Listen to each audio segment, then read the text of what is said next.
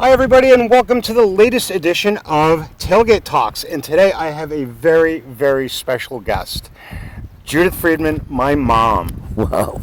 Welcome to the Tailgate, Mom. Thank you. It's a trip and a half. Mm-hmm. Yeah, I never thought I'd get you out on this. And I know that you're a fan of the show. What show? The Tailgate Talks. Oh, yeah, I'm one of the 5 million followers. It was like people are like, oh, you're the one that watches Yes. it. Okay. So you've seen this before? And several times. Yeah. And what do you think? You really want to know? No, not really. No, not really. But it's interesting. We have a little bit of a. Maybe we should give little people a background on us, right? So, I grew up in. We're all from Jersey. Yes, and I grew we up are. in New Jersey, Paramus, New Jersey, and you're from. Paramus, New Jersey. No, where are you from? You mean Originally. generations back? No, where were you born? In Newark, New Jersey. Yeah, that's what I'm looking for. We're Jersey people. Right. Yeah. So, you probably never spent any time up here before I moved up here, right? Well, I have a feeling that this is the end of the line because you take me up here and the first thing I see is you park next to a cemetery. I know. We were going to do that. I know. Do it over there. I know. And then the guy comes with the backhoe. And I thought, whoa. And then you take off. Mm-hmm. And then I thought, this is it. This is how it's going to end. Yeah, well, at least it's in Vermont. It's pretty, it's nice, but I don't know a soul. Yeah. So what's going to happen here? Well, we're here on the busy road. Yeah. Hi. So, no, I wasn't trying to get rid of you. I was hoping to do this interview at the South Facing Cemetery because it was such a view, but they're burying somebody, so we couldn't do it there. Yes. But here at the Bragg Farm is a pretty nice place. I know this farm. Of course you do. Of course I do. I know it. Stagecoach Road. So we used to walk down here and walk in the dogs and everything. And this is now the home of Plowgate Butter. And I know that you like that Plowgate Butter. It's good stuff. All right? Yeah. So I've been living here for going on 40 years. Can you believe that? I can't believe you're as old as you think you are. Right? Yeah, so I've been here almost 40 years. So you've been coming back in here for a while. Yeah, I would, as we say for my people, we schlepped back many hours up from when I was living in New Jersey, 6 hours up, which was great. Yeah. And I could come up very frequently. Unfortunately, fortunately, whatever, I now live in Seattle, Washington, and it is a bit of a trek. Yes, it is. And so I'm just trying to figure this out, Mom. So, like, you moved to Seattle. My brothers moved to Seattle. Both my kids moved to Washington. What's the next? Is it me? What's the next step? That either I go or you guys have to move even further from me. I'm feeling like I'm abandoned here a little bit. Well, maybe. Well, we'll see. So let me ask you something. Yeah. Because you've been, there's a purpose behind this whole show and telling the stories of the Mad River Valley, and I thought you would kind of offer an interesting perspective in that. And I'm not even a business. You're not a business and you're not a resident, but you've seen things change here over the last 40 years. Tell me, is there anything that sticks out in your mind of what's happened in the time that I've lived here? Well, I was traveling as we go back and forth on the road, and I keep looking at what has changed. And there are things I think that have changed. Some of the buildings, some of the entrepreneurs who are in that cemetery over there. Yep, some of them. Yeah. And the thing that has not changed is the tenor of the town, the vibe, if you will, that it still maintains its unique quality, and it is very unique. I mean, each time I come here, I think, how do these people live? What do they live on? And how did we get here? They always say, we're all here because we're not all there. That's right. I never heard that, but I like it. And so that has not changed. The type of housing, the roads have not changed. There's no lights on downtown. There is no traffic, and so there is a quality of foreverness that is here. The things that have changed are so minimal that I don't think of it as change. Yeah, and the view's always the Oh, view it's- never oh, changes. It's always no. pretty, right? Yeah, yeah. No matter yeah. which way you look, it's Yeah. a pretty spot. Yeah, we get earthquakes, you do not. You get earthquakes, you have volcanoes, you have tsunamis, you have, wait, what else do you have out there? We have the Cascades, we have the Olympics. Right, no, but I'm saying, like, we might freeze our asses off here, Yeah. but I think you got a better chance of getting killed out there by natural things. But I got a good chance of being buried out here. For sure. We Well, don't- we're all going to go sometime, Mom. We don't forget this experience. No, definitely not. One of the things I was wondering about, because, you know, your grandkids grew up here. Yes. And right over here. Yeah. And now they live in Washington, which is awesome because you get to see them. Not enough, Eli. Go visit your nana Yeah. more, right? Right. But do you see like elements of this community in them? Oh, no question. I mean, first of all, why did Ben choose to be out here to go to college? Oh, out in Washington. Yeah, out in Washington to go to college. And he searched. And what was important? Did he care about the academics? I'm not sure. But he saw that there was great biking, that there was really wonderful, wonderful skiing, and that it was an outdoor community, albeit larger. You know, he went from here, living here in this lovely village, and he went to what he said, I'm going to the city. Yep, Bellingham, Washington, going to the big city, right? Yeah. Well, it's all relative. Yes. So, and I think he's good for it forever. Yeah. Yeah, he's found his spot, Yeah. which is not terribly different topographically than this spot. Yeah, and I think, I don't know, I just feel like the kids kind of have there's always a little of Vermont in them. You Yes. know, and Oh, there's, very much. Very much. They didn't have to change the way they dress.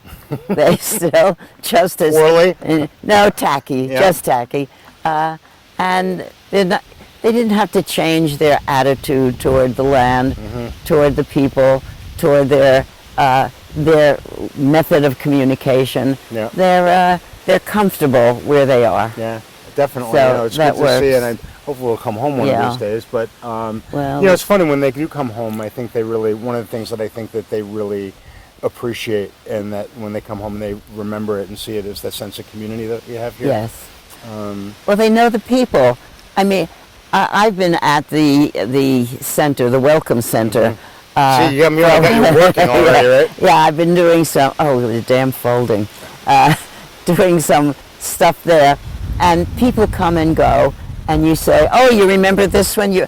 I don't remember a damn thing, but I smile. Well, you fake it good. I fake it very well, but everybody here does. Well, you particularly know everybody. All of these, not only businesses, but people you come in contact with every day.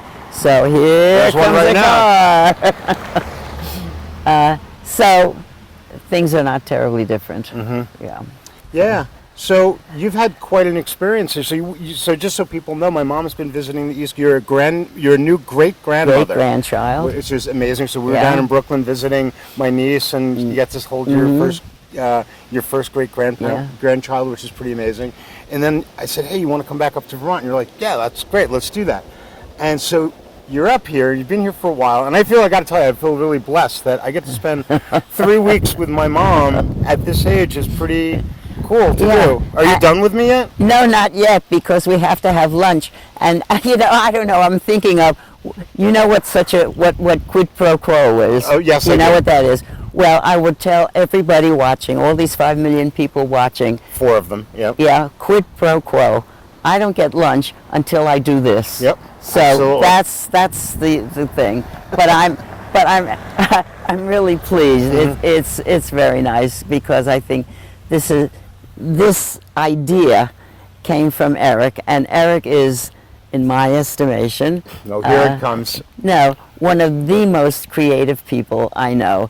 The mind is always going, looking for something new and different that will satisfy the community, that will expand the community, and it's very special, and they're lucky to have you. Well, thanks, Mom. Yeah. I appreciate Yeah.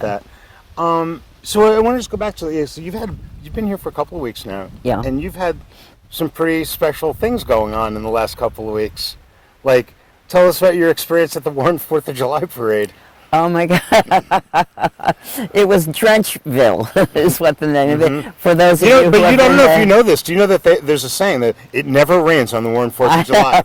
We don't say that anymore. No, there's always a first. No, it was an experience. Not only was everybody drenched, but nobody cared. That was the beauty of it. Coming from the woman that was riding shotgun, not getting wet, but in a truck that had no wipers. And no defroster, and unfortunately, no parade participants were killed. No, so it was a great experience. I live in a place where it's also a very political arena in Seattle, and somewhat liberal, I hear. Somewhat, but to see what went on in that parade, I don't know that it would ever be allowed anywhere near where I live. Right. So, that was such a breath of fresh air, and wonderfully comic and wonderfully creative. It was great. And lots of smiling faces. Absolutely. So, and you met someone special. I did. I met Bernie. Some young kid. Yeah, Bernie, I'm sorry to say, but you look 104, but I know you're not. Right? You look so much better than Bernie. So... you got a couple of years on him, too. I do. And he was very, very charming, and he poked his head in and shook hands and smiled. And smiled, which is like... Yeah. He never smiles. Well, he's got a lot of things not to smile about. I know that's true, but I guess he thought I looked 104 also. Yeah, exactly. So we were compatriots, so to speak. Yeah, no, that was a very special thing happening. Yeah, super. Yeah. That was cool. And then you also, you went on a pretty exciting adventure also. What? Over at the airport. What happened at the airport? Oh, that airport. So how soon you forget, Mom? I was thinking of JFK and LaGuardia. No, that airport. The Warren Airport. The Warren Airport. Yeah, that little one over there. Yes, we did go soaring. It was really a delight. And we went up in the tow plane. No, we didn't go in the tow. We went in the glider. Well, let me finish. Oh, okay. You never let me finish. I'll shut the hell up. Yeah. So the tow plane took us up, and the only thing that was scary was at one point you hear click. You say, okay, the plane is gone and we're on our own. But the pilot was wonderful. Yeah, he was. He was absolutely the most skillful person in a plane that is so lightweight that anyone could pick it up. And were you scared at all? No. Yeah. No. But that's nothing for you. You went skydiving, right? Yes, I did. So your 85th birthday? That was my 85th birthday. Yeah. So interestingly, I don't want to talk out of school or anything, but so we found out that you were not the oldest person to ever go gliding. Yeah. You were close, but not. The 100 guy was 100, right? Yes. And one arm? Didn't he say they only had one arm? Yeah. Well, you have all four limbs for now, anyway, right? Yeah. For the moment. I mean, that's for today. It was fun getting you in and out of that. If there was somebody I'm not scared of this, it was just scared of getting out of it. That was not fun at all. I mean, you think, okay, just stand up. But the butt says no. And that was not a good thing. But were you surprised at that, the young kids working there? And wasn't that cool? That was really a glorious experience. And I know that they are one of the group of people who take care and educate kids from the time they're little up to college age. The one young man I met is just graduating high school and going on to college, and he has something that he has a skill now that he never had before. Yeah, that Fifi program that they have is incredible. Yes, and I am also impressed with the way you monitor and young people. That the young man came into the place today, and you are helping him. He's helping you because his computer skills are better than yours. It's probably saying much, not saying much. but you are mentoring him, and when we were at the fair the other day, at the it's not a fair. I keep calling it a fair. Oh, the farmers market. Farmers market. His mother said to me, Oh, that's right. Yeah, that's right. Asher, yeah. This is the Baba's Lemonade. Yes. We'll do the gratuitous. We'll do. Mom, go like this, and you'll What see is the it? Baba's. No, go the Baba's Lemonade. I'll have the. I'll have the their website. There. Oh, okay. And you're mentoring him, and his mom was saying that you have been a wonderful mentor and teaching him. And when I spoke to him later, this is Asher, he said you are a wonderful teacher. Oh, that's great. Yeah. No, that's really cool. Yeah. So I'm glad to see that you're spending enough time to like really see the different facets of the community, and you spend enough time here to see, I think, kind of that it is a really very different, special place. Oh yeah. That I don't think people quite realize. No, it's an Eden. It truly is. Yeah, it's a good spot. I'm glad to be able to have you come here and visit, Yeah. which is really nice. So tell me you've had some other cool experiences. You've met all the business people, right? Who's your favorite? Tell me who sticks out in your mind of the business people that you met. As I said, we're all here because we're not all there. I think the guys in the bike shop. I mean, Stark Mountain Bike Works. Those guys yes, have a trip, right? Yeah, it's a crew. I mean, it's a crew that works wonderfully well together. And when they're not working, well, they hang out outside, and they are the crew outside. You know what you're getting into as soon as you see them. Yep, absolutely. And they are great. And super knowledgeable. Yes, and they go from the young one who is Dylan? Yes, to his father who He's always broken. Yeah, well. Get well, Dave. Get well. To And Mac. yes, Mac's like the heart and soul of that place. Yes. Yeah, it's really cool. And I'm a gonna get Mac wonderful I'm gonna get Mac on the tailgate one of these Okay. days. I good. think that would be pretty He good. will be good. Yeah, who else did you meet that was fun? Fun. Oh, fun. Troy. Oh my God! What a human being he is. He is an extraordinary person who relates not only to people but to the community, to it. Yeah, we're lucky to have him. To every blade of grass that's around. He is quite extraordinary. Of course, I spent a lot of money there. I'm sure he was thrilled about that. But well worth it. Well worth it. He is. Speak of creative people. Right. And in the valley, the quality of creativity from the pottery. When I went into Luke I went to Luke's place, and I mean, wonderful things. And again, he too does teaching and working with young people. So it is a community that is so well knit. People caring for one another. Yeah.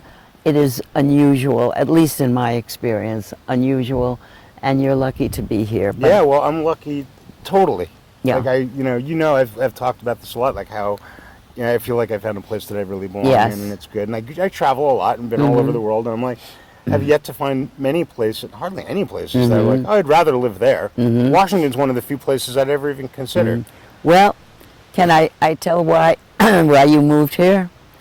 I don't know if you is remember this gonna be the embarrassing? probably. I might have to edit you. Yes, possibly. One day, Eric was working for a credit card company. Yeah, Transnational That Financial was it. Services And I in get Boston. I get a phone call one day, and he says, "Mom, I'm leaving. I am moving." Why? He said, "Because I feel like I am a carbuncle on the ass of the world." No, I was a pimple on the ass of progress. And a carbuncle on the ass of the world. Okay. Okay, I could appreciate that. We're having worked where he had been working. I said, "Where are you going?" "I'm going to Vermont." Yep. "What are you going to do there?" I said, "Doesn't matter. That's where I want to live." Yep. And that was that. Yep. And that's the story. Yeah, and this is all Dad's fault, because if I tell you if he didn't get me into skiing, That's I right. probably wouldn't have ended up here. Yeah. Because that's how I ended up here, is because Yes, of the skiing. skiing.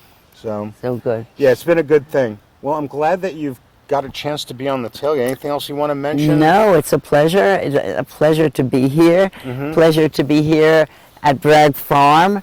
Right. And pleasure to get away from the cemetery. I will I promise not to bring you back to the cemetery. Because, no, I always know, you always said, like, I never want to come to Vermont between September and May because it might snow. Like, this is your worst nightmare. That's right. Is to die here. Like, so yeah, no, I won't do But that. the weather is good. Yeah, You know, absolutely. so I got nervous. Well, I think in underground, if you get you deep enough, it's like a steady 56 or something, right? Well, so, not bad. yeah, not no, bad. we won't do that to Yeah. you, Mom. Okay. But I'm so glad to have you on the tailgate. I'm so glad to have you in my life. Well, I love you. I love you too, Mom. Take care, folks. Bye-bye. Thank you.